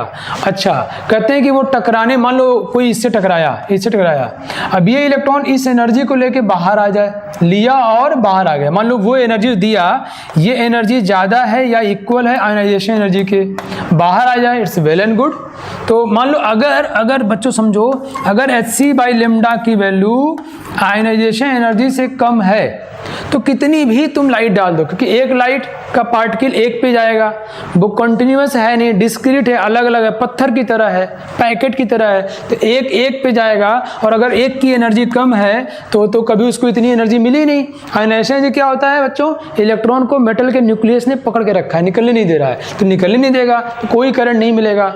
अब इन दोनों थ्योरी में अंतर कहाँ आया, इंटेंसिटी वाली थ्योरी, वेव थ्योरी कहती है कि वो कई जगह मतलब वेव है, वो पार्टिकल है ही नहीं है, तो एनर्जी कंटिन्यूसली मिलते मिलते इससे ज़्यादा हो जाएगा। बट ये क्या कह रहे हैं कि वेव नहीं, पार्टिकल है वो, उसकी एनर्जी अलग अलग पैकेट की तरह है, और एक की एनर्जी अगर उससे कम है तो निकलेगा ही नहीं, दूसरा पैकेट आएगा उसकी भी एनर्जी कम होगी फिर नहीं निकलेगा। वैसे ही है जैसे आप परीक्षा दे रहे हो, मान लो पास होने के लिए 130 नंबर चाहिए और आपने इस साल पेपर दिया, आपका आया 100 नंबर, फेल हो गए। अगले साल दिया, अगले साल आपका आ गया 50 नंबर, फिर फेल हो गए, क्योंकि यार 100 और 50 मिलकर पास हो गए ना। क्या नहीं, सब डिस्क्रीट हैं, अलग अलग हैं, वो ऐड नहीं होते। राइट, बात समझ गए। इसलिए बात नंबर 1 कि अगर न्यू की वैल्यू न्यू थ्रेशोल्ड से कम है तो चाहे कितना भी डाल लो, कोई भी, चाहे कितना भी लाइट डाल लो, कितनी भी इंटेंसिटी डाल लो, कोई भी फोटो इलेक्ट्रॉन नहीं मिलेगा। पहली बात, ये आइंस्टीन साहब का पहला एक्सप्लेनेशन है। एक्सप्लेनेशन नंबर 2 कहते हैं अगर न्यू की वैल्यू न्यू थ्रेशोल्ड से ज़्यादा है, अगर न्यू की, यहाँ लाइट डाल दिया बच्चों, अगर न्यू की वैल्यू न्यू थ्रेशोल्ड से ज़्यादा है मतलब उसकी एनर्जी ज़्यादा है। अगर न्यू की वैल्यू न्यू थ्रेशोल्ड से ज़्यादा है, उसकी एनर्जी ज़्यादा है लाइट की, जैसे टकराएगा, अब ये इलेक्ट्रॉन क्या क्या हरकत कर सकता है जरा ये देख लेते हैं। इसको एनर्जी मिली, मान लो निकलने के लिए एनर्जी चाहिए, इसको वर्क फंक्शन W0 के बराबर, ये इतना एनर्जी चाहिए, एनर्जी दिया, उसकी value H new is suppose greater than W0।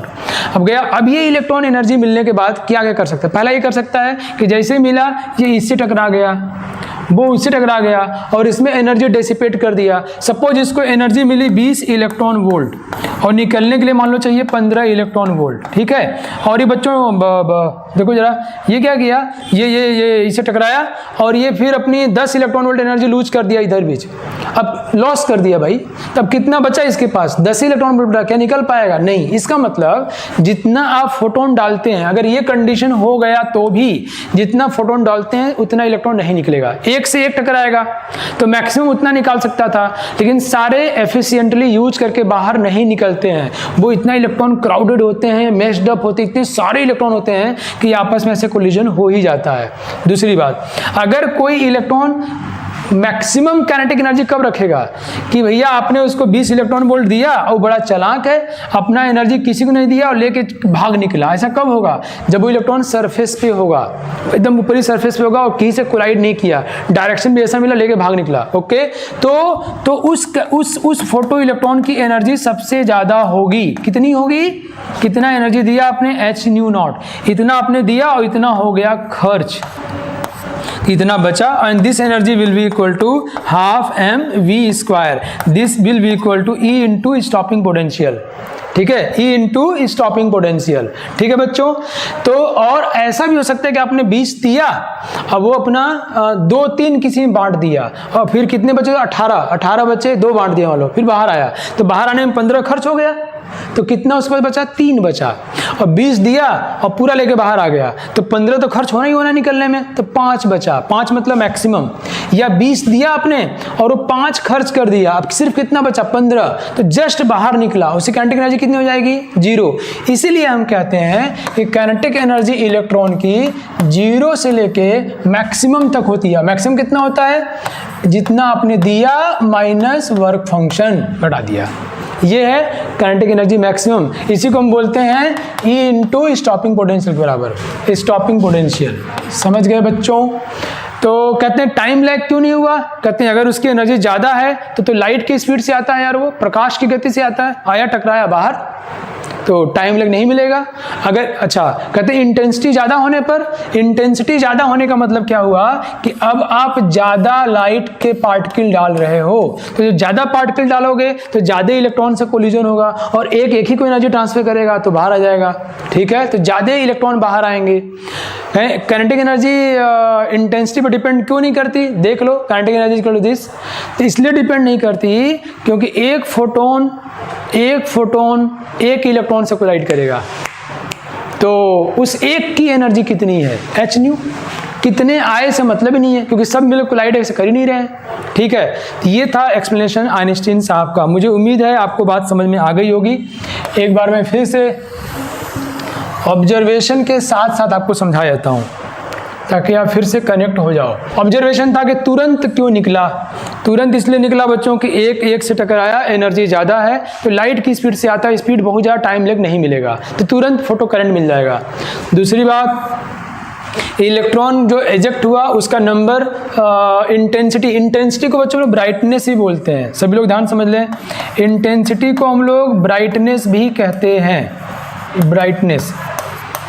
Intensity ने बहुत ज़्यादा चीज़ें हैं, इस पर डिपेंड कितने इलेक्ट्रॉन निकले वो सिर्फ इंटेंसिटी डिपेंड करेगा। ऑब्वियसली यार इंटेंसिटी मतलब नंबर, तो भैया जितने वो इलेक्ट्रॉन पर टकराएगा उतने निकलेंगे। इंटेंसिटी मतलब कितने पार्टिकल हैं किसके, फोटोन के।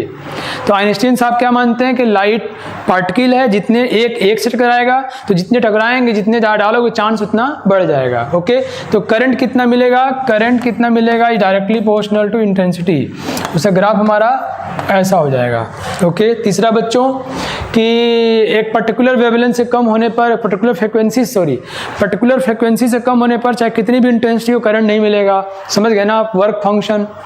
अगर एक पर्टिकुलर फ्रिक्वेंसी से कम होगा तो उसकी एनर्जी, आयनाइजेशन एनर्जी कम होगी। जब आप पासिंग मार्क से कम है, आयनाइजेशन एनर्जी से कम है तो कितना भी डाल दो कोई करंट नहीं मिलेगा। नेक्स्ट बच्चों, अगर ज़्यादा होगी तो उसकी जो काइनेटिक एनर्जी होगी वो फ्रिक्वेंसी पर डिपेंड करती है, इंटेंसिटी पर डिपेंड नहीं करता है। ये रहा आइंस्टीन साहब का एक्सप्लेनेशन। चलिए, ये ग्राफ है बच्चों, ग्राफ ड्रॉ किया। इससे बहुत सारे ग्राफ एग्जाम से पूछे जाते हैं। चलो हम लोग स्कोर करने की दृष्टि से बात करते हैं। एग्जामिनेशन में क्या क्या हमसे पूछा जाता है। पहला पूछा जाता है कि हमको न्यू थ्रेशोल्ड दे देगा बच्चों, वर्क फंक्शन पूछ लेगा। तो work function is equal to h nu threshold. ठीक है, पहली बात खत्म हो गई। बात नंबर 2 पूछा था बच्चों, हमें लाइट की फोटोन दे दिया और न्यू थ्रेशोल्ड दे दिया। काइनेटिक एनर्जी मैक्सिमम की वैल्यू पूछा जाता है। तो kinetic energy maximum is equal to हमने इतनी एनर्जी दी और इतनी एनर्जी खर्च हो गई निकलने में, ये हो गया। पॉइंट नंबर 3 बच्चों, हमसे स्टॉपिंग पोटेंशियल पूछा जाता है। तो stopping potential E into stopping potential is equal to half mv²। कौन सा, मैक्सिमम काइनेटिक एनर्जी। वो कितना होगा, इतना दिया माइनस इतना खर्च हुआ। तो पूछे मैक्सिमम इतना क्यों है, इतना सबका होना चाहिए। सबका इतना इसलिए नहीं है कि बहुत सारे इलेक्ट्रॉन इधर उधर, कोई कहते हैं ना कि आपके टीचर तो बहुत अच्छे हैं, कंटेंट बहुत शानदार है, फिर आप क्यों नहीं निकाले, क्योंकि अपना टाइम वेस्ट कर दिया इधर उधर। वैसे इलेक्ट्रॉन इतनी एनर्जी तो मिली थी बट इधर उधर वेस्ट कर दिए, कुछ तो निकल ही नहीं पाए, फेल हो गए। कुछ निकले जीरो से, कुछ थोड़े से, कुछ जो सबसे ज़्यादा यूज किए वो इतनी काइनेटिक एनर्जी होगी। ठीक है, नाउ बहुत सारे सवाल बच्चों ग्राफ से पूछे जाते हैं। मज़ेदार बात यह है कि मैं जो पढ़ा रहा हूँ इससे फिजिक्स और केमिस्ट्री दोनों के सवाल बन जाएंगे, ध्यान रखना। ग्राफ बच्चों इधर ड्रॉ किया इन्होंने काइनेटिक एनर्जी की वैल्यू, मैक्सिमम काइनेटिक एनर्जी, और इधर ड्रॉ किया फ्रीक्वेंसी। तो पहले इक्वेशन लिख लो, kinetic energy maximum is equal to h nu minus h nu threshold. ये तो कांस्टेंट है बच्चों, ये वाई एक्सिस है, वाई इज इक्वल टू ये हो गया एम एक्स माइनस सी। कैसा ग्राफ है, straight line, straight line negative slope के साथ, सॉरी एम स्लोप कितना बच्चों, पॉजिटिव स्लोप के साथ। स्लोप कितना है इसका, एम, एम मतलब एच, स्लोप क्या बोलते हैं हम लोग, टेन थीटा, टेन थीटा। तो यहाँ पर थीटा ये है, ये ग्राफ है पॉजिटिव स्लोप, देखो। और ये क्या होता है बच्चों, ये इंटरसेप्ट होता है जहाँ नीचे कटता है। नीचे कहाँ कटा, ये जो वैल्यू है यही वैल्यू एच न्यू थ्रेशोल्ड है। इसी को हम लोग वर्क फंक्शन बोलते हैं, इसी को हम लोग आयनाइजेशन एनर्जी बोलते हैं। बोले यस नो, ये जो वैल्यू है यहाँ कटा है। आपको इतना तो स्ट्रेट लाइन का आइडिया जरूर होगा, आप लोग बड़े अच्छे बच्चे हो।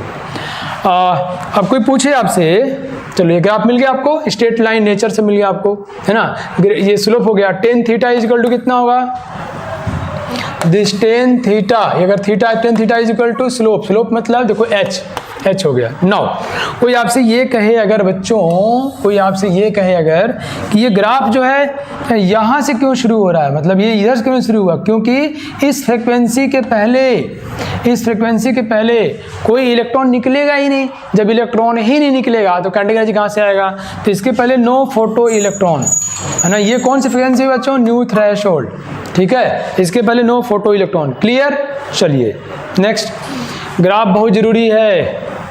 ग्राफ से खूब, ग्राफ से पूछा इनमें से कौन सा ग्राफ सही है, 4 नंबर इकट्ठा कर लो भैया, फ्री में चल रहा है, जो बताया उस सवाल खूब पूछा जाता है। ये ग्राफ बच्चों फोटो करंट, करंट है इधर फोटो करंट, और इधर है बच्चों stopping potential, stopping potential. Stopping potential की वैल्यू पॉजिटिव होगी, निगेटिव होगी, निगेटिव होगी, उल्टा होगी, उल्टा होगी तब तो उसको रोकेगा। देखो ये निगेटिव वैल्यू आ रही है, समझ में आ रहा है आपको। देखो अलग अलग इंटेंसिटी पे है, जितनी इंटेंसिटी बढ़ती है उतना क्या होता है, करंट बढ़ जाता है। ये देखो करंट है ना, ये देखो करंट बढ़ रहा है, इंटेंसिटी I1, I2, I3। तो I3 में करंट ज़्यादा है बच्चों ना।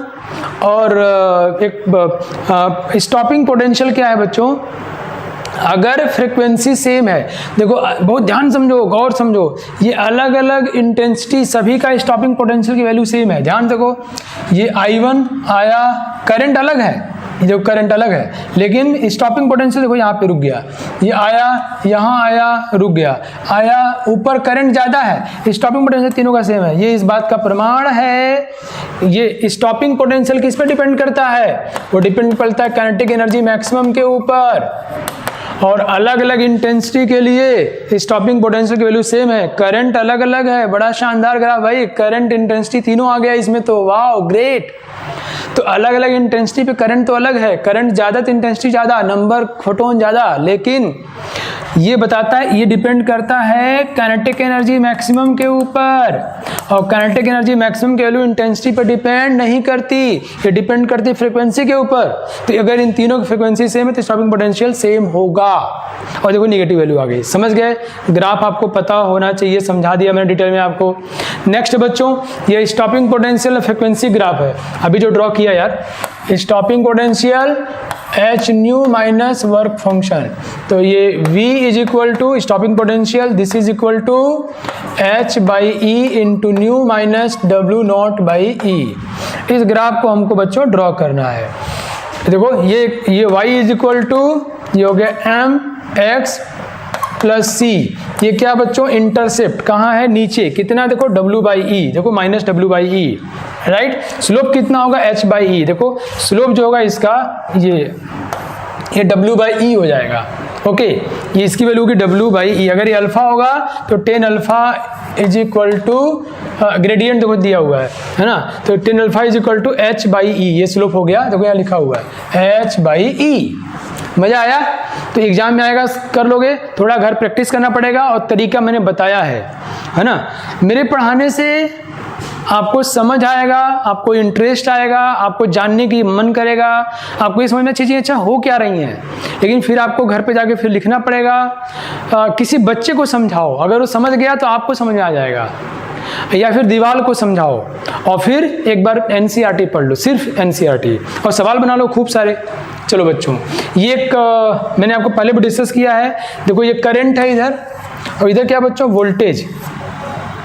एक पर्टिकुलर इंटेंसिटी के लिए, बहुत ध्यान समझो, एक पर्टिकुलर इंटेंसिटी के लिए बहुत गौर समझना बच्चों। ये देखो, ये हमारा चेम्बर, ये मेटल सरफेस, और ये पूरा करामात, ये हमारा रिसेप्टर है बच्चों, जिसमें इलेक्ट्रॉन को हम रिसीव कर रहे थे, इलेक्ट्रॉन रिसीव कर रहे थे। इसका पोटेंशियल हमने रखा था बच्चों पॉजिटिव निगेटिव, पॉजिटिव निगेटिव, और ये कर लिया। यहाँ बल्ब सलब जो भी जलाना आपको जला दिया, मीटर लगा दिया, ठीक है। चलो भाइयों, यहाँ से आप लाइट डाल रहे हो, गौर से देखो, यहाँ से आपने क्या डाला बच्चों? लाइट डाला। अगर इस पोटेंशियल को हम बढ़ाते चले गए तो क्या होगा? वो जो मरियल वाला इलेक्ट्रॉन था, जो बस मर के निकल के वहीं रुक जा रहा था, जिसकी वेलोसिटी 0 थी, उसको भी हम खींच लेंगे, है ना। जो इलेक्ट्रॉन यहाँ से जस्ट निकला और विद वेलोसिटी 0, उतनी, मतलब बाकी सब लॉस कर दिया। अगर यहाँ हम पॉजिटिव एनर्जी लगाते हैं, इसको खींच लेंगे, उसको हम लोग पोटेंशियल, पॉजिटिव मतलब उसको खींच ले, और यहाँ निगेटिव रहेगा, इसके धक्का देगा उसको। तो पोटेंशियल, लेकिन पोटेंशियल बढ़ाते जाएंगे, पोटेंशियल से इलेक्ट्रॉन नहीं निकल रहा है, ध्यान रखो, इलेक्ट्रॉन तो ये लाइट निकाल रहा है, पोटेंशियल सिर्फ निकले हुए इलेक्ट्रॉन को सर्कुलेट कर दे रहा है। तो अगर हम पोटेंशियल बढ़ाते जाएं तो मदद होती जाएगी, करंट बढ़ता जाएगा, इलेक्ट्रॉन बढ़ता जाएगा। लेकिन जितने निकले थे अगर हम सबको ले लेंगे तो उसके बाद कितना ही पोटेंशियल बढ़ा दो, इलेक्ट्रॉन नहीं बढ़ेगा, क्योंकि ये इलेक्ट्रॉन निकाल नहीं रहा है। जो कि अगर इंटेंसिटी बढ़ाएंगे तो इलेक्ट्रॉन बढ़ता है। तो बच्चों, अगर हम लोग पोटेंशियल शुरू में निगेटिव रखा, ये स्टॉपिंग पोटेंशियल हो गया। अगर निगेटिव रहेगा तो कोई करंट नहीं मिलेगा, निगेटिव वाले घटाते जाओ करंट बढ़ते जाएगा।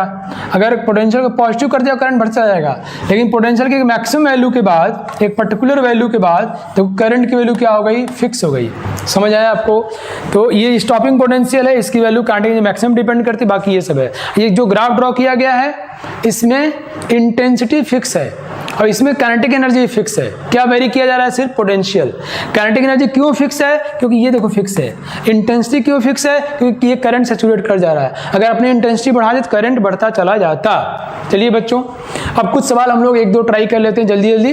नाउ बच्चों अब सवाल ट्राई करते हैं, और ये photo electric effect black body radiation आपका शानदार होना चाहिए, आप उसके मास्टर बन जाओ। कैसे बनोगे मैं फिर बोलूँगा, कल का वीडियो देख लेना आप कैसे आप उसको ध्यान सीखो, घर पे जाके लिखो, सवाल देख बनाओ, और फिर जहाँ अटक जाओ, जो बातें कम समझ में आए दोबारा फिर से वीडियो देख लो, और फिर एक बार एनसीईआरटी थ्योरी पढ़ लेना, सारे सवाल आना, तुम हीरो बन जाओगे, champion, father of black body radiation में फादर ऑफ फोटो इलेक्ट्रिक हो जाओगे पक्का, आई गारंटीड यू। आप करो, देखो बच्चों ये सवाल है जो एग्जाम से पूछे गए। मैं एग्जाम्स का सिर्फ नाम नहीं लिख रहा हूँ, क्योंकि नाम लेने से कई बच्चों में बच्चे उसके लिए न्यूट्रल होकर नहीं सोच पाते, आपको ट्राई करना है। दिया है which of the graph shown below does not represent, does not, कई लोग हमेशा पॉजिटिव सोचते हैं, डज नॉट रिप्रेजेंट, क्वेश्चन में इनकरेक्ट, डज नॉट ध्यान देना होता है। Relationship between incident light and the electron ejected from the metal surface, ये ग्राफ ड्रॉ किया है, आपको बताना है कौन सा ग्राफ सही नहीं है। पहला देखते बच्चों, ये तुमने देखा काइनेटिक एनर्जी और एनर्जी ऑफ लाइट, तो एक पर्टिकुलर एनर्जी के पहले इलेक्ट्रॉन निकलेगा नहीं, उसके बाद ऐसे हो जाता है, सही है यार। काइनेटिक एनर्जी इंटेंसिटी डिपेंड नहीं करता है, ये भी सही है। नंबर ऑफ इलेक्ट्रॉन फ्रिक्वेंसी, तो नंबर ऑफ इलेक्ट्रॉन फ्रिक्वेंसी पर डिपेंड नहीं करता, और एक पर्टिकुलर फ्रिक्वेंसी के पहले, कौन सी फ्रिक्वेंसी है ये, न्यू थ्रेशोल्ड के पहले, न्यू थ्रेशोल्ड के पहले इलेक्ट्रॉन निकलेगा ही नहीं, तो नंबर कहाँ से आएगा, इसके पहले नो, और जब शुरू होगा तो फ्रिक्वेंसी पर डिपेंड नहीं करेगा, किस पर डिपेंड करता है, इंटेंसिटी पर, है ना बच्चों, तो ये भी सही है।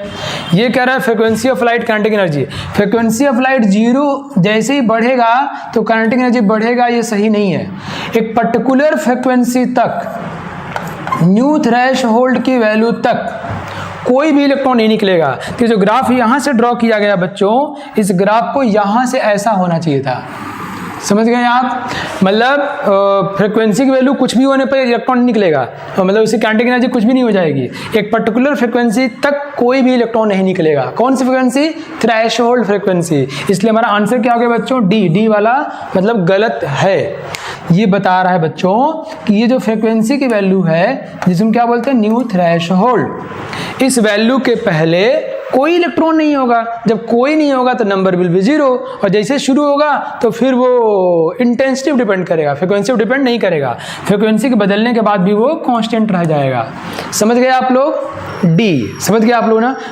नेक्स्ट बच्चों ये क्वेश्चन है, what is work function of the metal, question में आपसे वर्क फंक्शन पूछा जा रहा है बच्चों। If the light of the wavelength 4000 angstrom, angstrom समझते हैं ना, 1 एंगस्ट्रॉम इज इक्वल टू 10 की पावर -10 मीटर, वो फोटो इलेक्ट्रॉन निकालता है ऑफ वेलोसिटी दिस वन। बच्चों कई बार क्वेश्चन में सिर्फ वेलोसिटी दिया जाता है, लेकिन वो कहना चाहता है मैक्सिमम वेलोसिटी या maximum kinetic energy. Mass of electron दिया है, वेलोसिटी ऑफ लाइट दिया है, प्लैंक्स कांस्टेंट दिया है, चार्ज ऑन इलेक्ट्रॉन दिया है। इस डेटा के बिहाफ पर आपको बताना है what is the work function of the metal, आपको मेटल का वर्क फंक्शन बताना है। अगर आप में से किसी को लगता है कि इसमें कैलकुलेशन ज़्यादा है तो वो आपको सीखना पड़ेगा, आपको वो हर कुछ सीखना पड़ेगा जो एग्जाम में आता है। ये एक बहुत ही प्रतिष्ठित, भारत देश के प्रतिष्ठित एग्जाम का सवाल है। मैं नाम सिर्फ इसलिए ले रहा हूँ, बच्चे घबरा जाते हैं कई बार। बच्चे ने मुझे कहा सर आप एग्जाम्स का नाम लिख देते हैं यहाँ पर, तुम लोग सवाल बनाने में कंफर्टेबल फील नहीं करते, तो मैंने उसका नाम हटा दिया है। लेकिन तो ये सवाल का परीक्षा में आया हुआ है तो आपको आना चाहिए। अब वो सारे काम करना है आपको जिससे आपको IIT और नीट निकल जाए, राइट, निकल के जाए, आप टॉप कर जाए। तो करना क्या है बच्चों, लेट्स सी, मैं आपको तरीके बताऊँ, कैलकुलेशन आप कर लेना। मुझे उम्मीद है आपने सही किया भी होगा, सही कर रहे होगे। तो सवाल में वर्क फंक्शन पूछा जा रहा है, हमको दिया है कि हमने ये वाली लाइट यूज की थी, मतलब लाइट कौन सी यूज की थी बच्चों, hc/λ वेवलेंथ की, और वर्क फंक्शन कितना बच्चों, W0, और काइनेटिक एनर्जी कितना होगा, 12 meV², मतलब me क्यों लिखा, मास ऑफ इलेक्ट्रॉन, ई से कंफ्यूज हो तो डिलीट मारता हूँ, 12 mv²। अब देखो सवाल को देखो बच्चों, आपको क्या क्या दिया है, H पता है, C पता है, लैम्डा पता है, ये निकालना है। Half mass of electron velocity दिया हुआ है, तो सिर्फ कैलकुलेशन करना है। मुझे उम्मीद है आप लोगों को समझ में आ रहा होगा, आप लोग कर लोगे। मुझे इसका ऑप्शन सही पता नहीं बच्चों, कैलकुलेट करके बता सकते थे, ठीक है। चलिए अब क्विज ऑफ द डे आज के लिए, अच्छा डिस्कशन बचा है अभी, डिस्कशन है बच्चों। ये क्वेश्चन नंबर 1 है, the dissociation energy of the hydrogen is this one. Hydrogen का डिसोसिएशन एनर्जी समझते हो क्या होता है, H2 को अगर हम इतनी एनर्जी दें जो लिखा हुआ है E1 मालूम इसको बोलूँ मैं, E1 बोलूँ इसको, तो टूट के 2 एटम में कन्वर्ट हो जाएगा। ये dp1 जो आपको दिया था उसका डिस्कशन कर रहा हूँ मैं। तो ये बच्चों कह रहा है कि इतनी एनर्जी देंगे तो टूट जाएगा। If hydrogen is expose to energy of light this one, अगर ये वेवलेंथ हम लोग उस पर डालते हैं तो आपको बताना है what fraction of light energy will be converted into kinetic energy, तो उससे कितना फ्रैक्शन काइनेटिक एनर्जी में कन्वर्ट हो जाएगा। तो बच्चों इतनी एनर्जी तो लग गई आपके उसमें, तो करेक्ट देखो ये तो किलो जूल पर मोल में है, यूनिट पे ध्यान देना बच्चों। तो देखो एक हाइड्रोजन मॉलिक्यूल को इतनी एनर्जी चाहिए, इतनी है ना, तो क्या होगा पर मोल, एक को कितनी चाहिए तो 430 30.53 किलो जूल इंटू 10 की पावर 3 जूल पर मोल। एक मोल में कितना 6.022 इंटू 10 की पावर 23, इतनी जूल एनर्जी चाहिए बच्चों एक के लिए, एक को तोड़ने के लिए। तो पर मोल दिया है यार, अब एक को निकालना है। कई लोग यहाँ गलती की होगे, आगे से ये गलती नहीं होनी चाहिए। किलो जूल पर मोल दिया आपको, एक मॉलिक्यूल को तोड़ना है, निकाल लिया एनर्जी हमने। और हमने एनर्जी कितना यूज किया बच्चों Hc/λ, वेवलेंथ हमको दिया हुआ। इतनी एनर्जी में से इतनी एनर्जी खर्च हो गई आपकी, ये कितना है E1, ये इतना खर्च हुआ आपका। अब जो बचेगा वो काइनेटिक एनर्जी होगा, बोलो। तो कह रहा कितना percent, what percent of the light energy will be converted into kinetic energy. तो जो काइनेटिक एनर्जी आई बटे टोटल एनर्जी Hc/λ इंटू कर दोगे 100, ये हो जाएगा हमारा आंसर। समझ गए बच्चों। आपको कह रहा है कि the dissociation energy of hydrogen is this one, पर मोल दिया है, सिर्फ खेल यहीं पर है। पर मोल को एक मोल से भाग दोगे तो एक मॉलिक्यूल के लिए आ जाएगा। अब इतनी एनर्जी तो लग रही तोड़ने में, अगर हमने उससे इतनी एनर्जी दी तो इतना तोड़ने में खर्च हुआ, बाकी काइनेटिक एनर्जी। कह रहा कितना परसेंट काइनेटिक एनर्जी में गया, तो जितना काइनेटिक एनर्जी में गया बाई टोटल इंटू 100, टोटल कितना Hc/λ। ठीक है, समझ गए। नेक्स्ट है बच्चों, ये क्वेश्चन नंबर 2 है। Sodium atom emits light with wavelength 300 nanometre. Sodium जो है इतना देता है। When electron moves from this to this, what is the energy और डिफरेंस बिटवीन द ऑर्बिटल। अब देखो क्या कह रहा है, मान लो मैं कहूँ कि मैंने एक व्यक्ति को भूख लगी थी, बहुत भूख लगी थी, कितनी कहें पता नहीं यार, लेकिन मैंने उसको 4 रोटियां खिलाई, उसका पेट भर गया। तो क्या कितनी भूख लगी थी, 4 रोटी के बराबर। वैसे ही है यार, कह रहा है एक इलेक्ट्रॉन को हमने एनर्जी दिया और एनर्जी लेकर के ये 4p से इलेक्ट्रॉन मूव टू 3s। ठीक है, अभी 4p 3s क्या है पता नहीं क्या है। तो कह रहा है उसको वेवलेंथ क्या बच्चों 300 नैनोमीटर। 300 कह रहा है कि sodium atom emits light with wavelength this one, और when electron moves from this to this, जब यहाँ से यहाँ मूव कर गए तो व्हाट इज एनर्जी ऑफ, इन दोनों के बीच में एनर्जी डिफरेंस कितना है। तो इस वेवलेंथ से यहाँ मूव कर जा रहा है। बोलो 4 रोटी दिया, उसका पेट भर गया, उसको भूख कितने की थी 4 रोटी की, इतना वेवलेंथ दिया तो इलेक्ट्रॉन यहाँ से यहाँ चला गया। ये क्या है इसे मतलब ही नहीं है हमको, कि मुझे से 4p क्या है कोई मतलब नहीं है आपको। यहाँ से यहाँ चला गया तो कितनी एनर्जी होगी, तो energy is equal to Hc/λ, कि इतना एनर्जी देने से यहाँ चला जा रहा है। तो इन दोनों में एनर्जी गैप कितना, इतना है। क्लियर। नेक्स्ट एक क्विज, बहुत ही खूबसूरत सवाल है, ये भी एक कंपटीशन में पूछा गया है आप सभी लोगों के लिए। नाउ सवाल है बच्चों, द वर्क फंक्शन ऑफ सब मेटल्स इज लिस्टेड बिलो। बहुत ही खूबसूरत क्वेश्चन है ये एग्जाम में अगेन पूछा गया है। तो वर्क फंक्शन दिया हुआ है, आपको बताना the number of metals which will show photo electric effect, जो फोटो इलेक्ट्रिक इफेक्ट शो करेंगे when light of 300 nanometre wavelength falls on the metal is, जब इसके ऊपर 300 नैनोमीटर की वेवलेंथ पड़ेगी तो इनमें से कितने ऐसे होंगे जो कि फोटो इलेक्ट्रिक इफेक्ट शो करेंगे। इधर मेटल का नाम दिया है, उनका थ्रेशोल्ड फ्रीक्वेंसी या वर्क फंक्शन दिया हुआ है, आपको वर्क फंक्शन दिया हुआ है ना, आयोनाइजेशन दी हुई है। तो आपको बताना है कि अगर हम 300 नैनोमीटर की लाइट डालें तो कितने ऐसे मेटल हैं जो फोटो इलेक्ट्रिक इफेक्ट शो करेंगे। Let's see. तुमको लगेगा अरे इतना आसान था क्या, वाह अरे यार। हमने कौन सी लाइट डाली बच्चों, एक ऐसी लाइट जिसकी वेवलेंथ है 300 नैनोमीटर। तो भाई जैसे मैं मार्केट में जाऊँ सामान खरीदने और मेरे पास मान लो 100 रुपये हैं, तो कहें आप कितने तरह के सामान खरीद सकते हैं, मैं सब नहीं खरीद रहा हूँ। तो जिनका दाम 100 रुपये या 100 से कम होगा उनको खरीद सकता हूँ, जिनका दाम 100 से ज़्यादा उनको नहीं खरीद सकता, है ही नहीं पैसा मेरे पास। तो मैं देख लें कि जो वेवलेंथ डाल रहा हूँ उससे एनर्जी कितनी मिलेगी, एनर्जी मिलेगी Hc/λ। और ये एनर्जी शायद आती है 4.12 इलेक्ट्रॉन वोल्ट। कैसे? इलेक्ट्रॉन वोल्ट क्या होता है? 1 electron volt is equal to 1.6 into 10 की पावर -19 जूल। जिन लोगों को नहीं पता है, आज आखिरी दिन होना चाहिए, नहीं पता है अभी मालूम चल जाना चाहिए। 1 electron volt is equal to 1.6 into 10 की पावर -19 जूल। तो ये जो वेवलेंथ रखेंगे तो एनर्जी तकरीबन इतनी आती है। तो जिनकी एनर्जी इसके बराबर या इससे कम होगी उनसे इलेक्ट्रॉन निकल जाएगा, जिनकी एनर्जी इससे ज़्यादा होगी उससे इलेक्ट्रॉन नहीं निकलेगा। तो ये तो हो जाएगा 1, 2, 3 और 4, ये 4 का निकल जाएगा। ये सवाल IIT में पूछा गया था, राइट, इंटीजर टाइप क्वेश्चन में। तो 4 मेटल इनमें से, कितना आसान है ना। 100 रुपया जेब में है यार, तो मार्केट में वही सामान खरीद सकते हैं जिनका दाम 100 रुपये हो या उससे कम हो, ज़्यादा वाला कहाँ से खरीद लेंगे।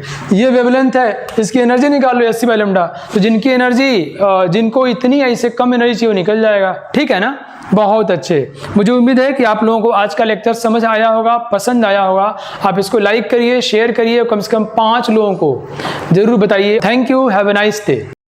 On IS2ON study is always on. Concepts के बेहतर रियलाइजेशन के लिए IS2ON पर बने रहिए।